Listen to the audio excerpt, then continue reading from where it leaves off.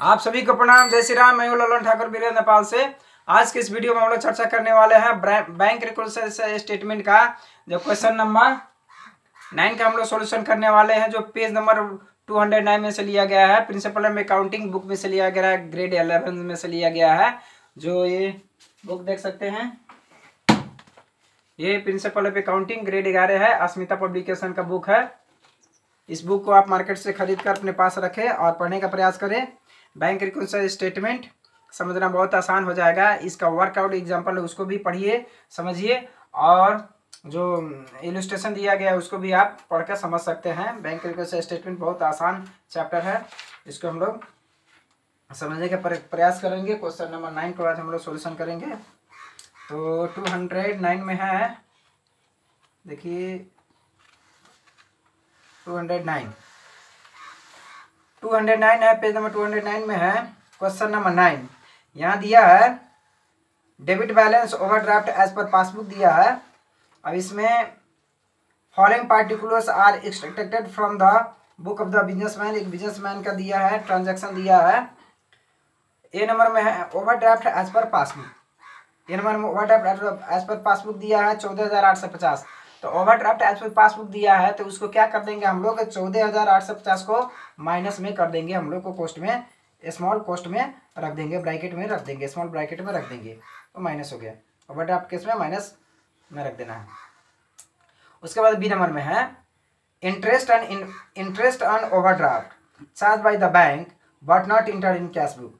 जब ओवरड्राफ्ट होता है, शॉर्ट टर्म लोन होता है, तो उसमें बैंक सर्टेन परसेंटेज उसमें ब्याज चार्ज करता है, इंटरेस्ट चार्ज करता है। तो इसमें क्या होता है जी, interest on overdraft charge by the bank ने ओवरड्राफ्ट पर इंटरेस्ट चार्ज कर दिया, इंटरेस्ट ले लिया है, but not entered in cash book, लेकिन कैश बुक में एंट्री नहीं कर रहा है। तो इसका अर्थ होता है बैलेंस एज पर हम लोग कैश बुक लिए हैं, तो कैश बुक अनुसार ही सोचना है कि उसमें ऐड करना है कि लेस करना है। Interest on overdraft charge by the bank का अर्थ होता है बैंक ने अकाउंट होल्डर के खाता में से डेबिट कर दिया, यानी कि घटा लिया।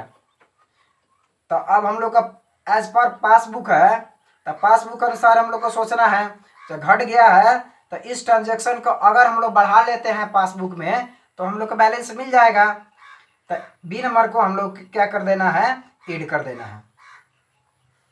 उसी तरीके से सी नंबर में है check deposited into bank but not collected. इसका अर्थ होता है check deposited into bank but not credited by bank. तो इसको चेक डिपॉजिटेड इनटू बैंक, यानी कि चेक हम लोग को बैंक में जमा कर दिए हैं, लेकिन क्या किया है, बैंक वाला अभी क्रेडिट नहीं किया है, यानी कि बढ़ाया नहीं है।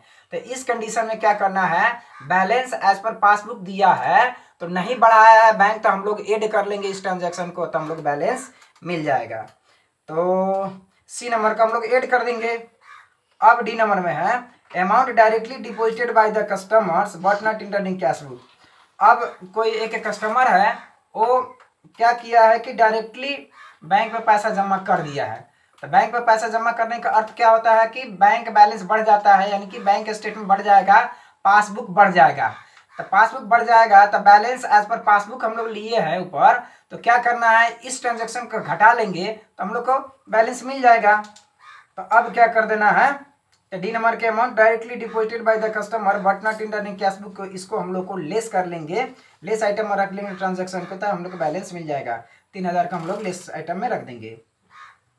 उसी तरीका से ई नंबर में है interest on investment collected by the bank but not entered in cash book. Interest on investment जब हम लोग लगानी करते हैं, शेयर डिबेंचर बॉन्ड्स में लगानी करते हैं, तो क्या होता है कि जो इंटरेस्ट मिलता है हम लोग को उस पर, तो उस पर जो इंटरेस्ट मिल रहा था बैंक में क्रेडिट हो जाता है। बैंक में क्रेडिट होने का अर्थ होता है बैंक बैलेंस बढ़ गया है, यानी कि पासबुक बढ़ गया।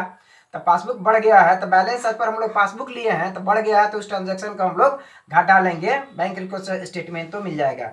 तो इस ट्रांजेक्शन को हम लोग क्या करेंगे, घटा लेंगे। 1 से 50 रुपया है, इसको हम लोग लेस आइटम में रख देंगे, घटा लेंगे तो हो जाएगा, बैलेंस हम लोग को मिल जाएगा।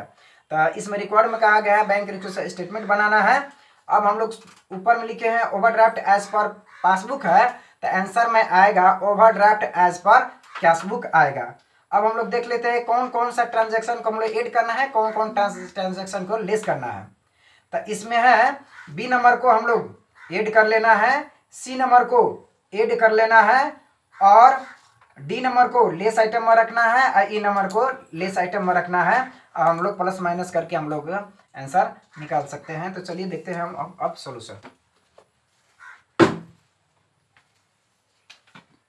यहाँ देखिए, यहाँ न्यूमेरिकल प्रॉब्लम्स क्वेश्चन नंबर 9 का सॉल्यूशन है ये।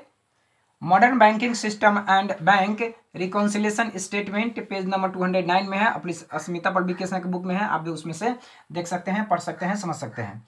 ये बैंक रिकॉन्सिलिएशन स्टेटमेंट हो गया, ये फॉर्मेट हो गया पार्टिकुलर्स, अमाउंट्स, डिटेल्स, अमाउंट हो गया। अब यहाँ दिया है ओवरड्राफ्ट एज पर पासबुक है, तो 14,008 से 50 रुपये गिवन है, माइनस में हम लोग लिख दिए, ओवरड्राफ्ट है इसलिए माइनस में लिखे हैं। अब एड आइटम में क्या करना है, interest on overdraft charge by the bank but not and entered in cash book 500 रुपये हम लोग एड आइटम में लिख देंगे। उसी तरह से है check deposited into bank but not collected 2500 रुपये हम लोग लिख देंगे। तो 500 व 2500 कितना होगा 3000, तो 3000 हम लोग यहाँ लिख देंगे।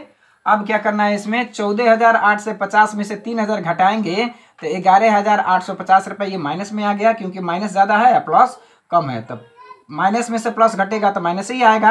11,850 माइनस में हम लोग रख दिए। अब क्या करना है, लेस आइटम है, तो amount and directly deposited by the customers but not entered in cash book 3000 रुपया ये हम लोग लिख दिए लेस आइटम में। उसी तरीका से interest on investment collected by the bank but not entered in cash book 1 से 50 रुपये लिख दिए। अब 3000 ये और 1 से 50 रुपये हम लोग को जोड़ना है, तो 31 से 50 हो गया, 3000 1 से 50, तो यहाँ 3000 1 से 50 रुपये हो गया। ये लेस आइटम है, लेस आइटम है इसीलिए हम लोग माइनस कर दिए। अब देखिए 11,000 से 50 ये भी माइनस है और 3000 1 से 50 ये माइनस आइटम ही है, तो दोनों को हम लोग जोड़ेंगे। 11,000 से 50 और 31 से 50 तो हो जाएगा 15,000, तो 15,000 ये आंसर हो जाएगा। अब यहाँ ध्यान देना है, यहाँ क्या करना है, overdraft as per cash book लिखना है ये 15,000। अब देखिए क्यों लिखना है, ओवरड्राफ्ट एज पर पासबुक ऊपर है, तो नीचे आंसर में आएगा overdraft as per cash book, ये पासबुक के अपोजिट कैश बुक हम लोग को लिख देना है, 15,000 रुपया लिख देना है, तो हम लोग का आंसर मिल जाएगा। इस तरीका से इस वीडियो में इतना ही, फिर मिलेंगे दूसरे वीडियो में, तब तक के लिए पढ़ते रहिए, खुश रहिए। अगर वीडियो अच्छा लगे तो लाइक कर सकते हैं, शेयर कर सकते हैं, सब्सक्राइब कर सकते हैं और बेल आइकन दबाना ना भूलें, ताकि कोई भी वीडियो अपलोड हो तो सबसे पहले आपके पास पहुंचे। वीडियो देखने के लिए आप सभी को बहुत बहुत धन्यवाद। तब तक के लिए जय नेपाल।